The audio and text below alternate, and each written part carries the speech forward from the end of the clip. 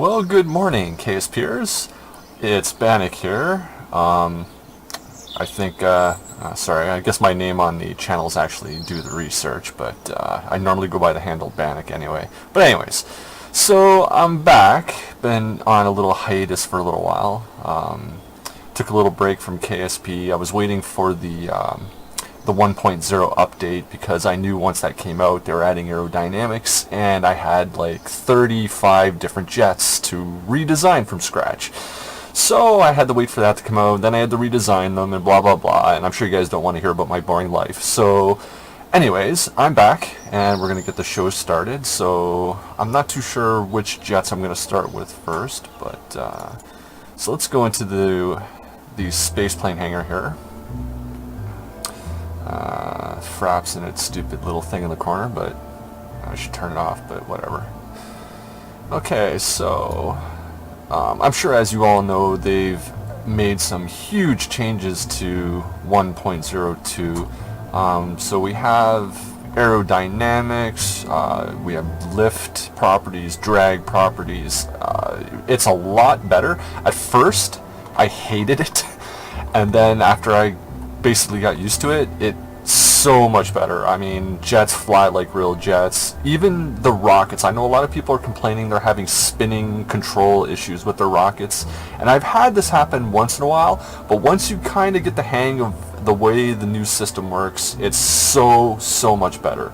My only complaint is they've made SSTOs, single stage to orbit vehicles, so much more difficult now because there's a actual limit, an altitude cap on air breathing engines now. You can no longer air hog.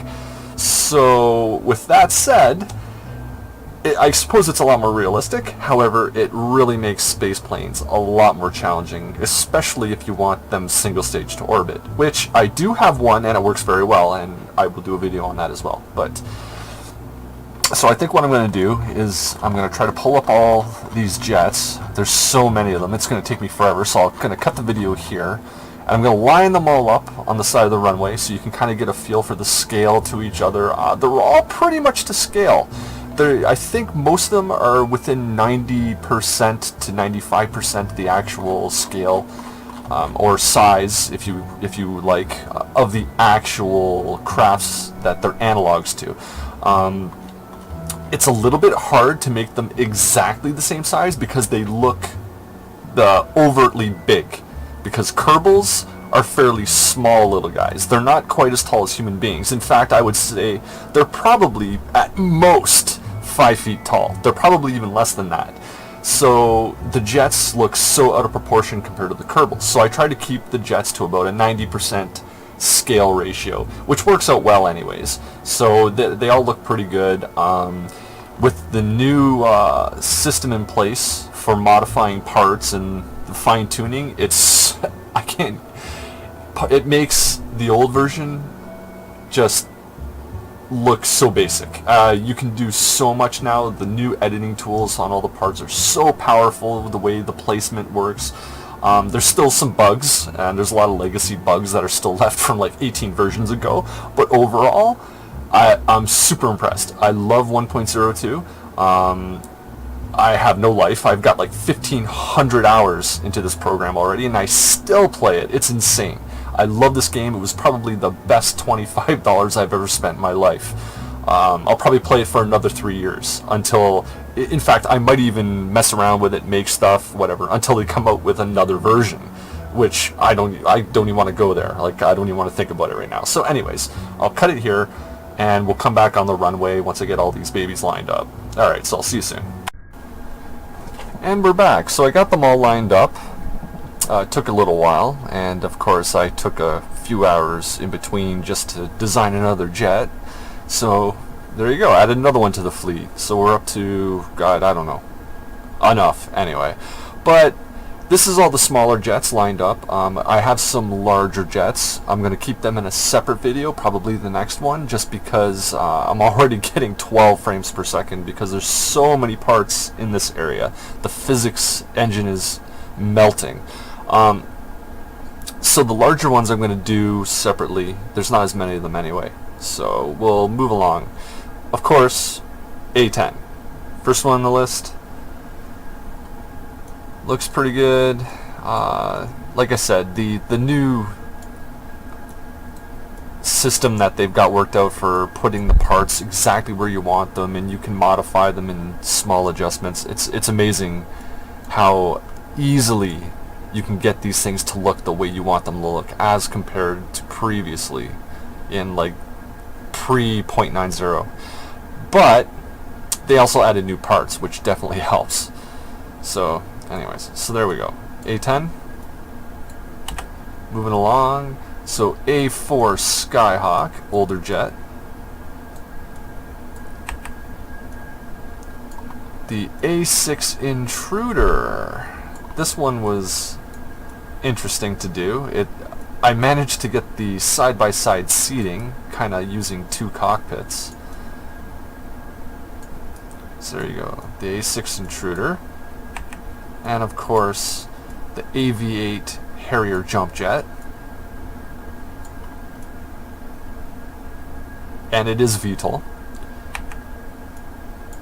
And who doesn't love an F-14?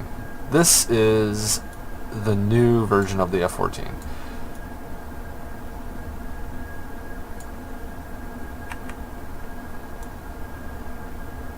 F-15 Strike Eagle.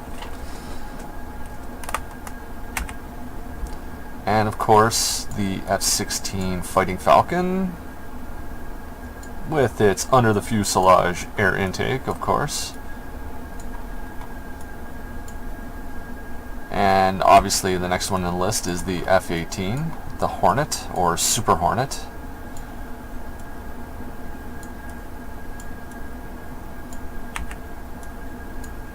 F-22 Raptor.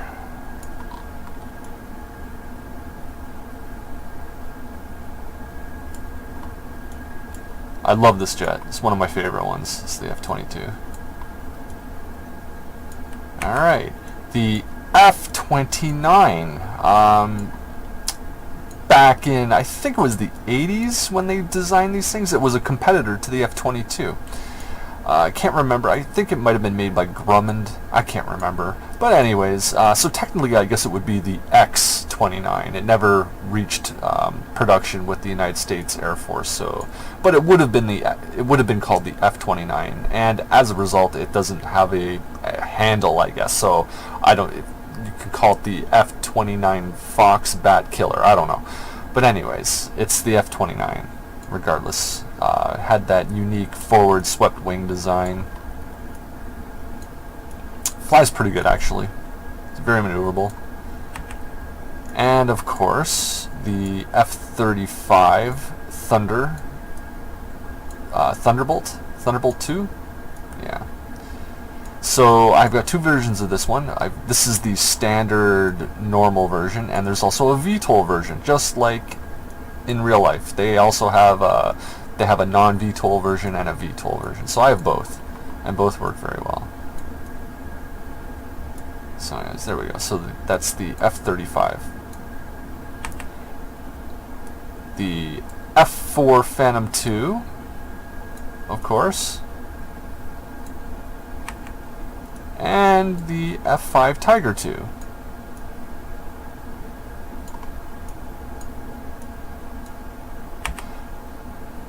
And there's Jeb, and there's right there. Okay, so this is the one that I built today.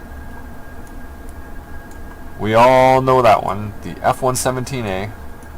Surprisingly, it flies very well. And it looks really badass, actually. It turned out really well.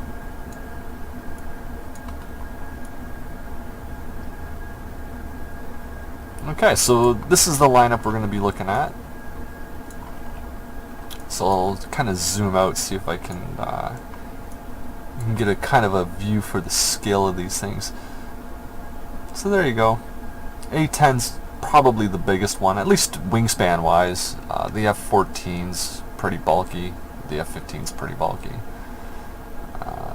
Even the F-15 4 Phantom's pretty bulky. But anyways, so there we go. We're going to take a look at each one of these babies in probably 2 videos from now. I'm not too sure what order I'm going to do them in, but we'll figure it out. Anyways, so hope you guys enjoy, and I'll see you soon.